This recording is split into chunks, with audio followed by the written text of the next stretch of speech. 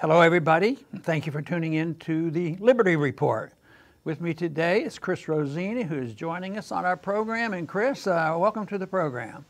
Good morning, Dr. Paul. Very good. You know, the other night when Trump gave his speech, he did mention the infrastructure, a couple dollars for that, a couple dollars here and there may add up.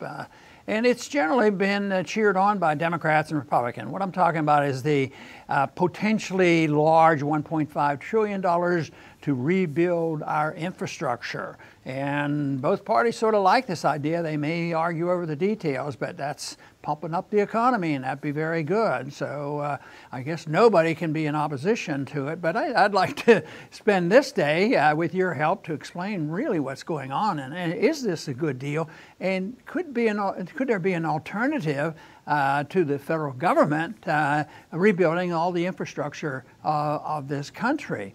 And of course, I think there is an alternative to this. This has been a principle of our government for a long time. It started even in our early history about government subsidies and the responsibility to take care of the infrastructure where big business make a lot of money, whether it has to do with ports and rivers and canals and railroads and airports. I mean, it's standard operating procedure, but it's usually done in a narrow sense that it helps corporations. And a lot of people who never use those facilities, end up paying the bill, or the bill is paid for, with more inflation and more printed money. But it's certainly on the line now that the tax package has been passed and the economy is going to be healthy forever now. Even though there are questions right now about the tax package, at least the Wall Street's questioning some of those things, that Nirvana is just not quite here yet. So I'm sure you have thought a little bit about this on infrastructure financing and what this all means, but I do want to go into this, and in this program I want to draw an analogy to what's going on here now today with the original infrastructure program, and that was called the American System, which was debated at the founding of this country, the debate, of course, between Hamilton and Jefferson. But you've looked into this, Chris. What kind of comments do you have on it? Yes, before you get to the American system, we'll go right to the basics. There's two ways for business to make money: one in a free market, and another politically. But the free market is very hard. Consumers are very fickle. They always want a better deal. They always run the competitors when something better comes along. So businesses big businesses don't like the free market. It's a threat to them. And that's a misconception, because we tend to think here that, this big business, they just want to be left alone, but politicians won't leave them alone. No, it's the exact opposite. Big business loves politicians. They love government regulations because they use it to hamstring the consumers and to keep away competitors. And the best deal of all is when you take consumers out of the picture altogether, when a politician waves $1.5 trillion and says, who wants it? So big business and government are working hand in hand, and that'll lead right to your American system, Dr. Paul. Hey, yes, and another name for all this is crony capitalism. There's been a lot of that around, and of course, the subsidy to big business is used as an excuse from the progressive and the left, as how wicked the free market is. But you already pointed out the free market sorts things out in a different manner and is not by subsidies. But usually when the government gets involved, things don't work out as well. A good example of this is when governments got involved with tremendous subsidies to the railroads. Most of the railroads in our early history that were subsidized by government and had all this free land, they eventually went bankrupt, and the few that didn't take any subsidies survived and did a much better job. So even the results can't defend this particular system. But it is something, it still alludes to the fact that there was a system debated back then. It was called the American System. And basically it had three parts to it. It endorsed protectionism. That means tariffs. Hamilton liked tariff, Lincoln liked tariff, and the current administration likes tariffs. And then also there was subsidies to big business. They believed in that. They needed help, and even grants and benefits, and certainly an advantage in the monetary system. Back then, we talk about a lot about the monetary system, that as the Fed, now much more sophisticated than what was beginning at in the first part of our country, it subsidizes the very wealthy, and the wealthy get wealthier, and the poor get poorer.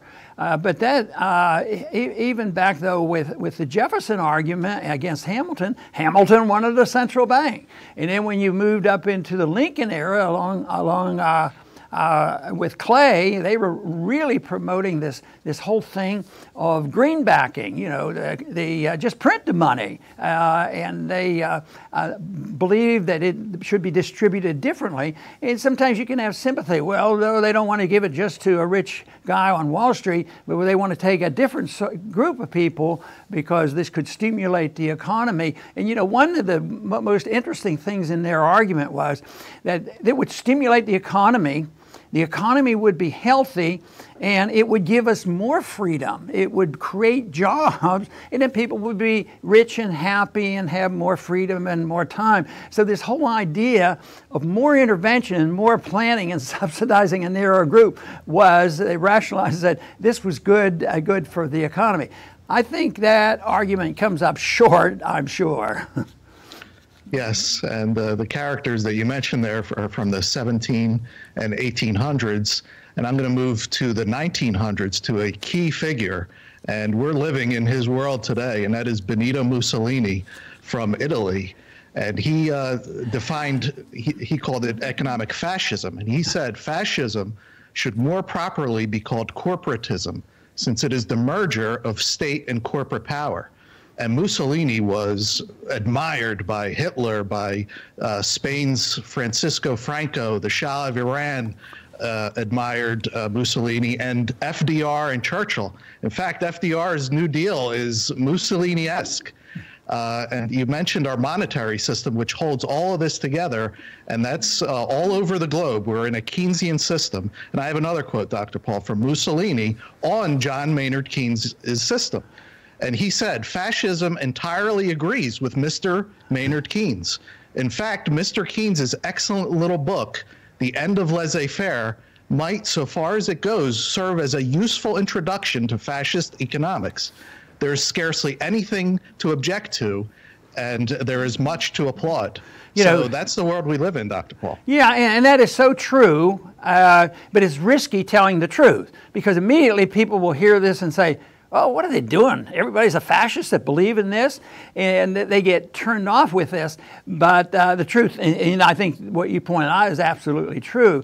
And today, both parties endorse it. They both endorse these principles, and they're all for superhighways. And it's not just a little bit; it's expanded, because even back in the 19th century, we didn't have airports to deal with. I think of a local problem we have. I represented this area for a long time, and one of the big issues was the port. And we have a pretty significant growing port real close to where I live. And it was always done by subsidies. And sometimes you'd get the authorization for the port and deepening the port and building the port, and it would take 10 years to get the authorization. I said, why don't the people who use the port, the businesses that are right on the port and have all these benefits, why don't they just pay for it instead of waiting until the price goes up and gets involved with all these regulations? But no, it was much better. But how do they pay for it? They stick it to everybody in the region. There's a certain region around here. We have to pay a port tax. And it's the big corporations that get the benefit, but we still have to pay the port tax. So it is a subsidies, and not many people question it because they get used to it. But it is a system that has been ingrained. It's bipartisan. But I think this administration is closer to the American system than the other ones, mainly because they've sort of challenged the current system of not being too gung-ho over tariffs, even though they're protectionists. They believe in WTO and NAFTA, which is a form of protectionism and managed trade. But this administration is more aggressive, with the tariffs. And but they want to expand it. Now we're talking about $1.5 trillion. But they're not saying that next month we're going to appropriate the money. That's a problem. We have to work this out. So we're going to initially put in $200 billion. That's what we want the government to appropriate. But then we want to develop this partnership with big business to invest and local communities to provide some of this funding so they get busy and start rebuilding their highways and things. And I get to thinking, where are you going to, you have some highway building to do up in Detroit? Yeah, they have a lot of cash in the bank. We'll get Detroit to help build these roads and finance them. Chicago's a good place to go. How about in Puerto Rico? They need a little help too. So yeah, they'll help and they'll participate, and the investors will go and pump in more money. So it just doesn't lend itself. And of course, the reaction to that, Chris, is going to be, oh, you guys don't care. How else is this going to be done? It's up to the federal government. It's a federal government responsibility. It will never happen. But the truth is, the states have responsibility. In the early years, they recognized that this was not a constitutional function, and they deliberated this. And even up until the time that we built our interstate highway, even Eisenhower recognized that this type of infrastructure building, which has been expanded since then, is not permitted under the Constitution, but national security. Almost everything, if it's national security. My one suggestion is that one thing that we have developed since 9/11 is the Department of Homeland Security, spending billions of dollars making us safe and secure, and monkeying around with the infrastructure, probably more damaging than anything else. What if they just figure, well, if we're spending billions of dollars on the Department of Homeland Security, just quit. Just quit and return that money by not taxing the states. Let the states deal with that. There's no reason to think states can't cooperate in highway function and road function and river function. And there would be an occasion I think the federal government could be involved. But right now it is a boondoggle, because even the slowness that comes incorporates even more corporations. Because and Trump had it right the other day when he said we need to do something because it's inefficient. He's right. He says some of these regulations like EPA, they're just horrible. Another subject comes up when the federal government's involved. There's always a prevailing wage, and the prevailing wage is the maximum wage of the strongest union, and you have to pay that fee. So wages are much higher. Oh, you guys don't care about high wages. Yeah, but we care about getting things done in a proper manner, and so it doesn't cost about 10 times more than it should. So the whole idea of the federal government getting involved in something that technically they were never given the authority to do is going to put up the cost, and they say, well, we'll cut the spending elsewhere. Yeah, just like they did with the recent tax bill. They cut in certain areas. It doesn't happen. So the truth is, sounds good. They'll probably get somewhere on this. It's going to cost a lot more than they think, and it's going to be the only way they can pay for it temporarily. So is printing more money and running up the debt and delaying the payment. But their problem is they're up against the wall on how much debt the economy is going to sustain. Yeah, I just want to draw a point that whenever government makes these estimates, whether they're for wars or infrastructure or whatever, it always ends up costing 10 times more, because they're really just interested in getting the ball rolling. And once you get the ball rolling, you start charging $500 for a hammer, $10,000 for a nail, and it just skyrockets. And once it's in motion, nobody's going to stop it. And that's look what happened with the wars. It's trillions and trillions of dollars, and now we're looking here, and all the money's gone. It's not coming back. So that's another reason you never want government getting involved with this, with just handing out largesse to corporations. But like I said before, this is much easier than satisfying consumers. There's only a few politicians. You just have to use your skills to get in there, and you could become rich. In a way, these people who benefit are internationalists. So the military-industrial complex makes money blowing up the infrastructure. They build the weapons that we go over and blow up a few countries, several countries, and the infrastructure is destroyed. And people say, you know, we have a responsibility. We blew up that country. We have to rebuild it. So then the rebuilding comes in, and we then go in and start rebuilding it. So we spend all this money on blowing up other countries. Then we go and we start repairing it. Sometimes we repair a lot more overseas than we do here. But it isn't to say that the federal government should be in charge of that, but if you would just leave this money in this country and leave it in the states and leave it with the people and leave it with an honest corporation to take care of the infrastructure, they can do it. So this just baffles me why people don't challenge a little bit more about all the spending that we do up overseas, whether it's foreign aid or military aid or military fighting and destruction, and at the same time then rebuilding it. At the same time, we are in trouble. There's no way you can argue, say, forget it. The bridges are fine. They'll be fine forever. The potholes won't hurt you if you just be more careful. But it does need something. But I am suggesting that it's very inefficient, the system that we have today, in just saying, well, you know, let's have an infrastructure rebuilding, $1.5 trillion. The corporations will divvy it up, then the local communities will come in, and we'll cut spending elsewhere. And, you know, it's just you know, astounding that people buy into this and say, oh, well, that sounds okay, and that'll work out because we sure have to have good highways. I'll finish my closing thought, Dr. Paul, is that we're in a bipartisan bankruptcy right now. We have both parties, they're spending, and the way they compromise is they agree to the other party's spending, and that's it. And when all this crashes and burns, what I think needs to happen is what happened with the church and state. Right now, all the religions interact peacefully, and they have to get attract their followers voluntarily, convincing them. We need to separate corporation and state. Have corporations deal in a free market where we voluntarily deal with them and not have this political using force to enrich them at our expense. Right, and you know, this has been a factional thing with our political parties. In the early years, the Democrats were very good on this. Andrew Jackson didn't like what was going on in the Whigs, which became the Republicans. They were all gung-ho for this.